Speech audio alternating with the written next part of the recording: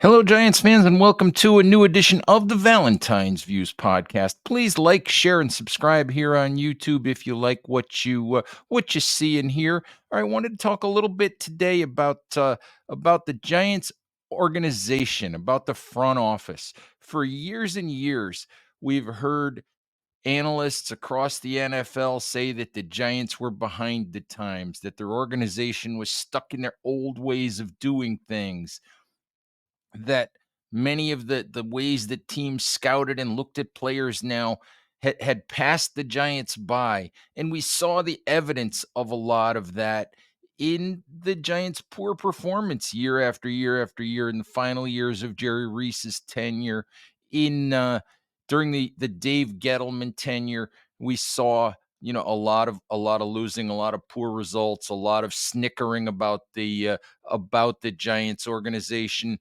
That is most definitely not the case anymore with Joe Schoen now in his second year as general manager, Brian Daboll in his second year as head coach. This came up today, and the reason why I wanted to talk about it today was we heard from assistant general manager Brandon Brown earlier this week.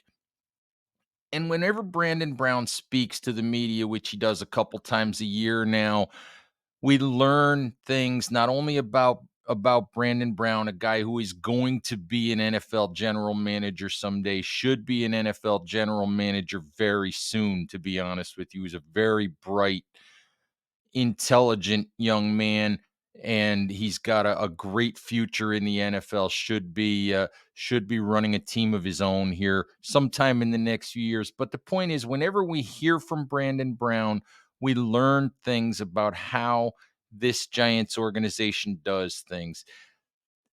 During the off season, Brown spoke to the media and he detailed the Giants' process in uncovering and deciding on Tay Banks as their first round pick. Giants went through an exhaustive search, an exhaustive process of determining that Banks would be their guy. And the other day when Brown spoke, he talked about draft picks at the other end of the roster. He talked about the process that the Giants went through in finding Jordan Riley, big defensive tackle out of Oregon, who's been so impressive so far in the preseason, seventh round pick that nobody else seemed to have on their radar. That the Giants seem to be the only NFL team perhaps really interested in drafting the 6'5", 325-pound nose tackle. He talked about the process that the Giants went through in finding Trey Hawkins III, the cornerback out of Old Dominion, who looks like he's going to be a starter as a rookie, which is just unheard of for a sixth round pick, a cornerback, to be a starter in the NFL, from week one. And it looks like that's what the Giants are going to have here in Trey Hawkins.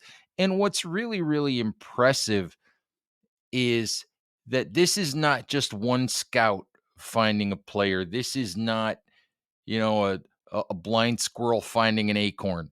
This is a concerted effort from Joe Schoen, Brian Daboll, through the front office, through the scouting department, where it begins with the GM understanding what the head coach and what the assistant coaches want in the players at the various positions. They talked a lot about how Jordan Riley, while he was under the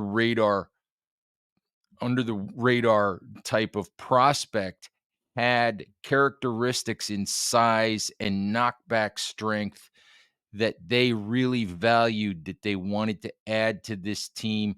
Talked about how they worked together as a staff, how I think it was Tim McDonnell and one other, I believe it was Dennis Hickey, who is the assistant director of player personnel, had seen Jordan Riley and told Brandon Brown and told others in the organization that they really needed to go see this young man play, which they did. And then they dug into the young man's history, into his background, got to know him, got to realize that he was a player that they could work with.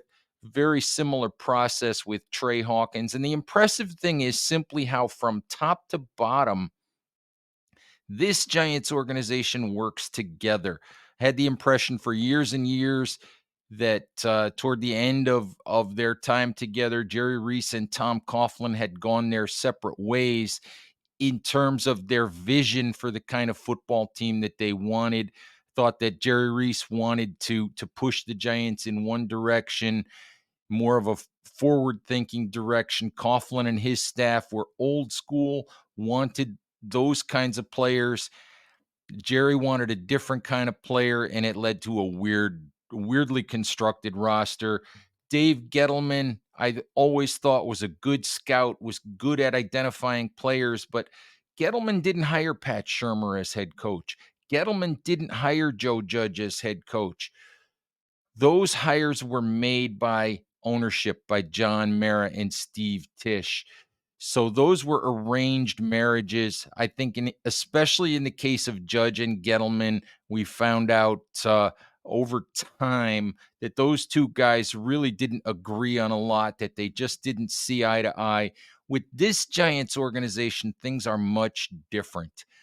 There is what Brandon Brown referred to as synergy between the different layers of the organization. And it helps when your front office understands what the coaching staff wants. Then your scouts can go out and look for that. You're not just looking for talent and saying, oh, this guy's a good player, we should bring him in. You know exactly what you're looking for and exactly why you're interested in a certain player. It was also fascinating to hear Brown talk about how the pro scouting department looks at the upcoming waiver cuts almost as their Super Bowl, and how they treat it like the NFL draft, how they have a board similar to an NFL draft board, listing potential free agents, listing guys who could get cut, how they could fit with the Giants, whether they're better than guys the Giants have. It's an exhaustive process. It's not just take a flyer on this guy because we have a roster spot. Just a really, really interesting process and really encouraging. I mean, I have no idea what's going to happen this season. I have no idea, what's going to happen in the future for the Giants, but I just thought that listening to Brown, hearing what he had to say about the Giants process, about the way that they do things, about how they've uncovered things, about how the organization now works together from top to bottom, was a real reason for encouragement, a real reason to feel good about the future of the New York Giants. All right, Giants fans, that's the show for today. I'll be back out at Quest Diagnostics on Wednesday to watch Giants practice. We'll have news, notes, analysis from that for you. So please check out bigblueview.com. Check out all of our platforms. Check us out on Instagram. Check us out on Facebook. Sign up at bigblueview.com to discuss things with other Giants fans. Follow us on X at Big Blue View. And as always, Giants fans, we thank you for listening. Please stay safe out there. Take care of each other, and we'll talk to you soon. Bye-bye.